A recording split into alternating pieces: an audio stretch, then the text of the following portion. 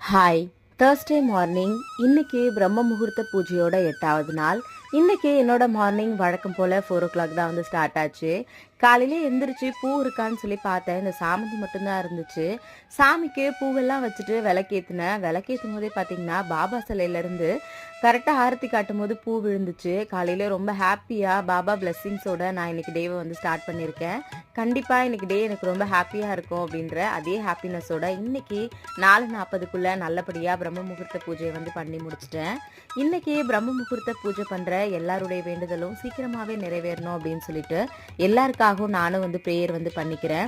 நம்மளுடைய subscriber sister ஒருத்தவங்க கேட்டிருந்தாங்க, அக்கா என்னால் டெய்லி வந்து சாமிக்கு பூ மாற்ற முடியாது, நான் வெள்ளிக்கிழமை மட்டும் மாற்றலாமா அப்படின்னு சொல்லிட்டு. வெள்ளிக்கிழமை ஒரு நாள் கூட நீங்கள் பூ வைக்கலாம், ஆனால் வந்து பார்த்தீங்கன்னா காஞ்ச பூ மட்டும் இல்லாமல் பார்த்துக்கோங்க. பூ வாடிடுச்சு அப்படின்னா அதை எடுத்துட்டு ஃப்ரெஷ்ஷான பூ மட்டும் வச்சு சாமி கும்பிடுங்க. மறுபடியும் நாளைக்கு பார்க்கலாம். தேங்க்யூ.